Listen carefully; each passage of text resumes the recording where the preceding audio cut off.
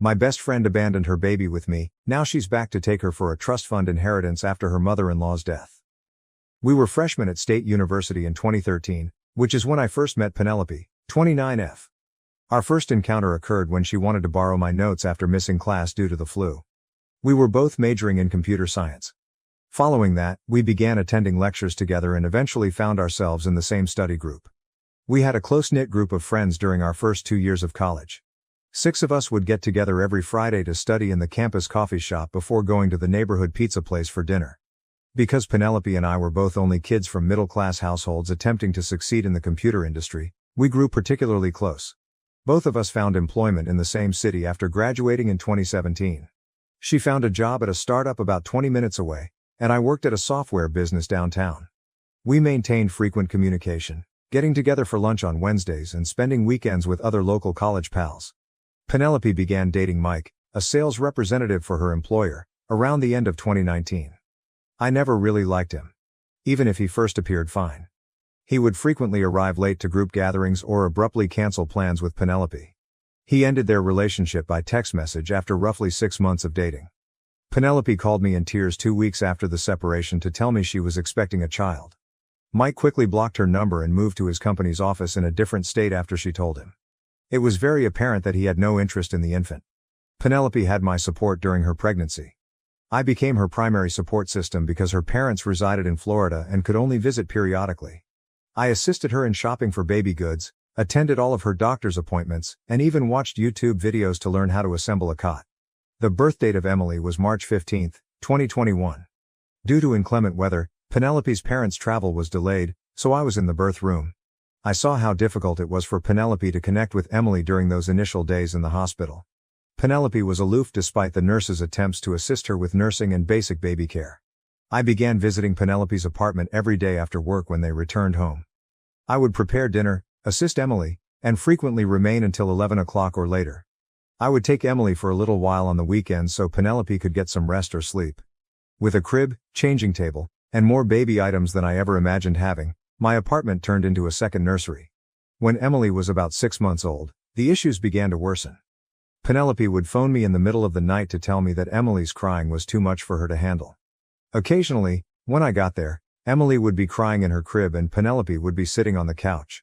Penelope began skipping work a lot and hardly ever left her apartment. Penelope was let go by her employer in January of 2022. She started skipping work without warning after using up all of her sick days. Things truly took a turn for the worst at that point. She stopped taking calls from relatives and friends. Unwashed laundry was all around her flat, and unclean dishes were piled up. At 3 a.m. on February 12, 2022, Penelope gave me a call. I could hardly understand her since she was crying so much. She claimed Emily deserved more and that she was a bad mother. She pleaded with me to let Emily stay for a few days so she could get her act together. I was concerned about both of them, so I agreed. The following morning, Penelope delivered Emily to my flat along with 3 big bags of supplies and clothing. After giving Emily a deep embrace, she hurried off, promising to call Emily shortly. At the time, Emily was 10 months old. Penelope texted Emily every day throughout the first week to inquire about her. She wanted to know if Emily missed her, if she was eating well, and if she was sleeping well. Every time I replied with pictures and updates. Her texts decreased in frequency and length throughout the second week. By the third week, when I asked her when she would return, she would only respond with a single word. A month later, she stopped answering altogether. I made every effort to get in touch with her. She had moved out when I tried to reach her via phone, text, email, and even in person at her apartment. She hadn't contacted her parents either. Despite my worries, I had to concentrate on Emily. I hired a part-time nanny to assist during video conferences and changed my work schedule to spend more time at home. Emily fared remarkably well. She was a cheerful baby all the time, and it seemed like having a regular routine helped. At about this time, she began referring to me as Dada. I initially attempted to correct her, but my mother claimed that since I was her primary caregiver it was only normal. I got a certified letter from a law firm 3 months after Penelope left. In the legal forms in the packet, Penelope was asking me to adopt Emily and renounce her parental rights. In a brief letter, she expressed her inability to become a mother and her belief that Emily would live a better life with me. I contacted a family lawyer right away to manage the adoption procedure. The lawyer stated that adoption was feasible because I had been Emily's primary caregiver for months and Penelope was voluntarily renouncing her rights. We had to conduct background checks, have social workers visit homes, and post notices in newspapers. Emily officially became my daughter on September 15, 2022 after a 4-month process. After that, life settled into a comfortable pattern. In order to be more accessible, I made the decision to work from home permanently. 3 days a week, Emily began attending a local preschool, which she adored. Her professors praised her for being well-adjusted and gregarious, and she made friends easily. Every month my parents travel from Ohio to visit us. They showered Emily with gifts and attention, embracing their role as grandparents. Every time Penelope's parents call to see how Emily is doing, I send them pictures and updates. They never put any pressure on me regarding Penelope since they understand that I am now Emily's father. As a single father, dating has been fascinating. I usually scare women away right away or pique their curiosity because I'm always honest about having a daughter. Emily is my top priority, and I won't compromise on that. As a result, my 2 romances, each lasting a few months, terminated. Up until last week, everything was good. A knock on the door interrupted my work in my home office. Emily was enrolled in preschool. Penelope was standing there when I opened the door, and she didn't look at all like I remembered her. She appeared healthy, had well-groomed hair, and wore pricey clothing. She said that she had received assistance and was now prepared to become a mother. She had been attending therapy and was doing well as a project manager. Her goal was to regain custody and begin dating Emily. Since she had revoked her rights and I had legally adopted Emily, I informed her that was not feasible. She broke down in tears, admitting that she had erred and that her despair had prevented her from thinking clearly at the time. She became irate and threatened to get a lawyer when I refused to back down. She promised to provide evidence that she was forced to renounce her rights. I instructed her to get out and that my lawyer would have to handle any correspondence. I'm worried now. Emily is content, safe and thriving in our life together. She has no memory of Penelope. I had to share this somewhere, but I've already phoned my lawyer to be ready for whatever Penelope might try. I will not allow anyone to take my kid away. Update 1. Since I last posted, a lot has transpired. Penelope sued, saying she had terminated her rights when untreated postpartum depression was plaguing her. A 15-page affidavit from her attorney described how I allegedly exploited her mental state to remove Emily from her. The text exchanges from 2021 to 2022 that were contained in the dossier showed Penelope requesting my assistance with Emily. Even back then, her lawyer misrepresented these messages to suggest that I was attempting to become Emily's mom. They also claimed that I had been preparing to obtain custody all along because I had baby goods at my apartment. After Penelope reached out to our former college pals, they became interested. I stole Penelope's baby, according to some of their Facebook posts. Our study group member Tom called me and told me that I should realize that Penelope was ill when she gave up Emily.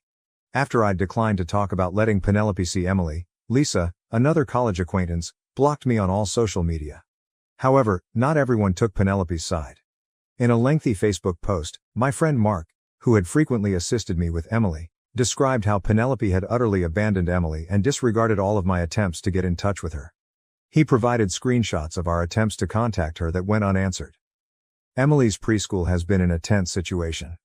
The director called me last Tuesday to let me know that Penelope had been keeping an eye on Emily while they were playing outside. She claimed to be Emily's mother and the right to see her from the personnel. She gave them old pictures of herself with baby Emily when they asked for identification. She refused to leave when the school security guard urged her to. She initially insisted that all she wanted was to see her daughter. Before she departed, they had to threaten to contact the police. I had to leave work early to pick up Emily after the director phoned me right away.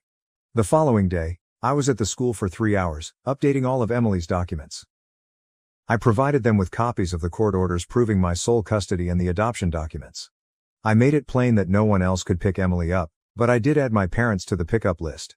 They changed their security procedures and now verify everyone's identity, even their known parents. Penelope began delivering parcels to our home. The first one, a big box filled with new toys, clothing, and a plush pink elephant, arrived last Wednesday. She sent a lengthy letter outlining her reasons for leaving and her deep regret. She put notes on the back of each picture and included pictures of herself with Emily when she was a newborn. Over the course of the following week, 3 additional shipments came. One had children's books that contained private notes. A handcrafted photo album of Emily's first few months was in another. The final one has a tablet with videos of Penelope reading bedtime tales already loaded on it. Emily hasn't seen any of it, but I'm keeping it all as proof. Last Friday, Mrs. Chen, my next-door neighbor, called to report that someone had been parked outside our house for a number of hours. I noticed Penelope's white Honda Civic when I looked. She left before the cops arrived, even though I had contacted them. Although they filed a report, the police stated that they were powerless to take any action until she threatened us or made direct contact. I discovered a message in our mailbox 2 days ago. Penelope noted that in order to give Emily afternoons free, she had adjusted her work schedule. She provided a thorough plan outlining how she intended to begin with monitored visits before progressively moving on to overnight stays. "I will continue to fight until I get my daughter back," she said at the end of the note. Emily has begun to ask questions that I find difficult to respond to. At school, she noticed Penelope observing her and inquired about the identity of the woman. Emily continually brings up the fact that I used to know her, even after I told her. Emily inquired yesterday if the woman would take her away. She no longer wants to attend school and has grown needy. My parents offered to let us spend some time with them in Ohio. It would be safer for them to reside in a guarded community. I thought about it, but moving would require removing Emily from her friends and school. She already has enough stress and adjustments to handle. When they learned of what was going on, Penelope's parents gave me a call. The way Penelope behaved appalled them. After leaving Emily, Penelope also stopped communicating with them, according to her mother. They searched but were unable to locate her. 6 months ago, she contacted them to inform them not to get in touch with me any longer. That was the first time they heard from her. According to my attorney, we have a compelling case.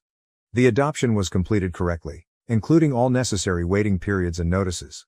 Throughout the process, Penelope had her own attorney and willingly signed all the documents. He cautioned though that Penelope's attorney might attempt to drag this out in the hopes that I would consent to shared custody in order to put an end to the legal dispute. The expenses are mounting quickly. My attorney thinks that if this gets to trial, the $5,000 in legal fees I've already paid could increase significantly. Even though I'm fortunate to have savings, it's still difficult. I don't want this situation to become any more public than it currently is, but several folks recommended creating a GoFundMe.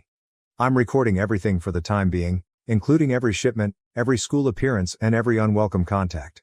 I placed security cameras all around our home and recorded Penelope passing by. I also started recording a thorough vlog of Emily's symptoms, including her queries, behavioral changes, and nightmares.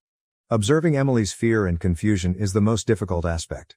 Every time someone knocked, she used to dash to the door. She is now hiding in her room. She constantly asks me to swear that I won't abandon her the way her last mother did.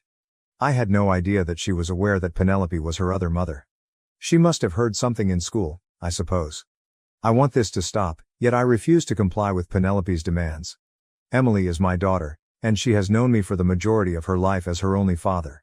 If someone decides they want to have children right away, I won't allow them to ruin her life. Update 2. Penelope's unexpected interest in Emily can be explained by something significant I learned about her. I received a Facebook message from Rachel, a nurse who used to work with Penelope at her previous hospital employment. She informed me that Penelope is now married to a wealthy Boston businessman and had another child 6 months ago.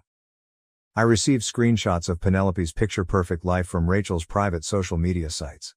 She publishes pictures of her new baby boy, writes about charitable activities, and resides in a big house in a wealthy suburb. She discusses how parenthood transformed her life and the pleasures of being a first-time mother in each post. As Penelope's supervisor, Rachel had access to Penelope's old work emails, which contained the most crucial information. Penelope talked about her mother-in-law's final illness and a family trust fund that would be given to all of her grandkids upon her passing in these emails from 8 months ago. My lawyer did additional research and discovered more information. Last year, Penelope wed Robert Anderson. In Massachusetts, his family operates a series of upscale auto dealerships. Robert and his whole family were informed by Penelope that she had never been married or had children. For more than a year, she has been sharing on social media about her first experiences with parenthood and her new daughter. We also learned that precisely 1 week after Robert's mother passed away, Penelope began her custody battle. Penelope's mother-in-law left a multi-million-dollar trust fund, designated only for her biological grandkids. Each grandchild receives an equal share at turning 25 in accordance with the conditions of the trust. Things began to make sense when the time frame was reviewed. 2 weeks before her mother-in-law's passing, Penelope started passing our house on her way home. Only a few days after the death, the custody lawsuit was filed. She wants Emily to inherit anything, but she isn't attempting to get Emily back because she wants to become a mother. Rachel sent us Penelope's text chats with her friend Kate. which contained the most unsettling evidence. Penelope noted that she had to bring Emily back before the specifics of the trust money were decided. She discussed how she could explain Emily's existence to Robert by claiming that she had previously been too embarrassed to do so. She even intended to claim that while she was starting her career, she had temporarily placed Emily in my care. My attorney presented all of this evidence to Penelope's attorney. Then, with both attorneys present, Penelope asked for a private meeting. She revealed everything during the meeting. She claimed that although she felt bad about parting with Emily, she hadn't considered doing so until she found out about the trust fund. She believed she could use the inheritance money to make one for her past transgressions and provide Emily with a better life. Finding out that Penelope had hired a private investigator to follow us 3 months prior, long before she arrived at our door, was what really infuriated me. The PI collected data about our daily schedule and took pictures of Emily at school. Penelope knew just when to visit our home and when to get Emily up from school because of this. Emily is feeling the effects of the situation. She now pulls her blanket into my room every night instead of sleeping in her own room. I discovered her attempting to fit her favorite toys into her school backpack last week. She told me that she wanted to be prepared in case she had to go like her old mom did when I questioned why.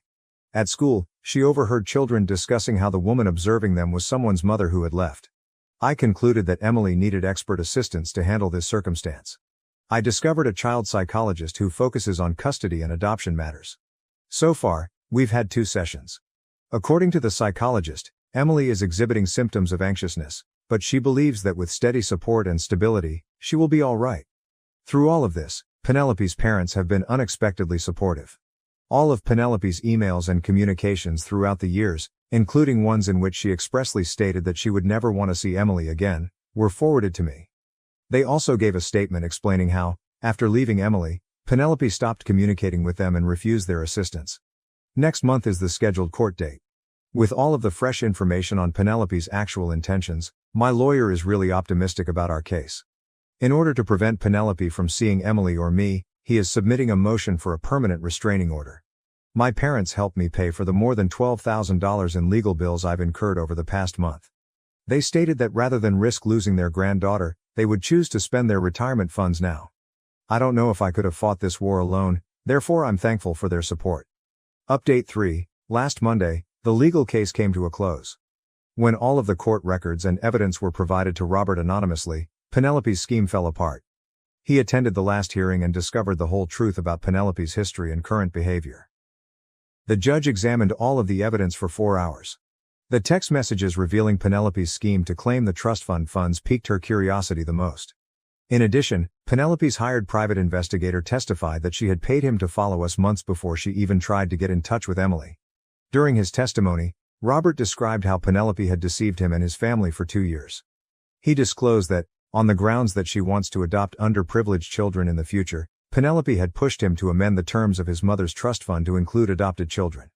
Penelope began her scheme to reclaim custody of Emily after his mother refused. The judge's decision was unambiguous. She gave me a permanent restraining order and dismissed Penelope's custody petition. Penelope cannot approach Emily, me, our house, or Emily's school within 1,000 feet. Additionally, she is prohibited from mailing messages or packages, even via intermediaries. Any infraction will result in an arrest right away. Robert informed me following the hearing that he had already sought full custody of their son and filed for divorce. He discovered proof that Penelope had been financing her custody dispute with funds and resources from his business. She had paid the private investigator and attorneys more than $330,000 of their combined savings. When her manager discovered that Penelope had been using company time and computers to monitor us and plot her custody battle, she lost her job at the investment firm where she was employed. Her parents decided to take her in only after she began intense therapy, so she returned to Florida to live with them. About 30 minutes away from our previous home, we moved to a new one. Although it's in a different school district, my office is really closer to it. Last month, Emily began attending her new school. The principal is fully aware of our predicament and the school has outstanding security precautions. In her class, Emily has already met 3 new pals. I was able to explain everything to Emily in an age-appropriate manner with the assistance of the child psychologist. She picked me to be her father when we informed her that Penelope, her original mother, was unable to care for her. I was finally able to reassure Emily that no one would ever take her away when she questioned whether Penelope would take her away. Although Emily still occasionally sleeps in my room, the nightmares have largely ended. Her new teacher reports that she is adjusting well and that she is once again being her happy self at school. To make her feel more at ease in the new home, she sketched a portrait of our family last week, which only included her, me and our acquired pooch Max. Emily continues to get birthday and Christmas gifts from Penelope's parents. They just ever email me to see how she's doing and respect our boundaries. They have always been supportive of my adoption of Emily, so I send them pictures and updates every few months. I had to pay almost $40,000 in legal expenses for the entire thing, but it was well worth it to keep Emily safe. Last month, I received a promotion from my company, which aids in the financial recuperation. More significantly, we may now enjoy our lives without worrying about what others are doing. We are grateful to everyone who helped us get through this. No one can ever again question that Emily is my daughter in any meaningful manner. We're together, content and secure. That is all that is important. Thank you for watching. If you haven't subscribed yet, please do so and hit the notification bell to stay updated with more shocking real-life stories happening around you.